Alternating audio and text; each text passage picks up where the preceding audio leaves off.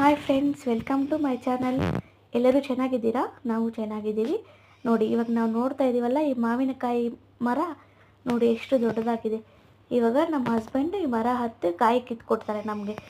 ಅದರಲ್ಲಿ ಒಂದೇ ಒಂದು ಕಾಯಿ ದೊಡ್ಡದಾಗಿ ಮೇಲ್ಗಡೆ ಕಾಣಿಸ್ತಾ ಇತ್ತು ನಮಗೆ ಯಾವಾಗ ನೋಡಿದ್ರು.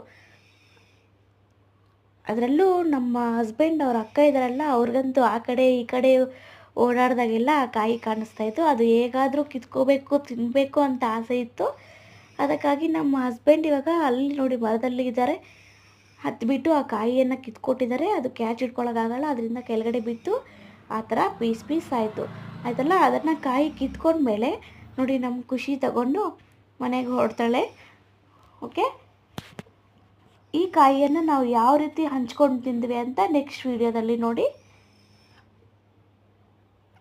ಅದಕ್ಕಿಂತ ಮುಂಚೆ ನಮ್ಮ ಚಾನಲ್ನ ಸಬ್ಸ್ಕ್ರೈಬ್ ಮಾಡದೇ ಇರೋ ಸಬ್ಸ್ಕ್ರೈಬ್ ಮಾಡ್ಕೊಳ್ರಿ. ವಿಡಿಯೋ ಇಷ್ಟ ಆದರೆ ಲೈಕ್ ಮಾಡಿ, ಶೇರ್ ಮಾಡಿ, ಕಾಮೆಂಟ್ಸ್ ಮಾಡಿ.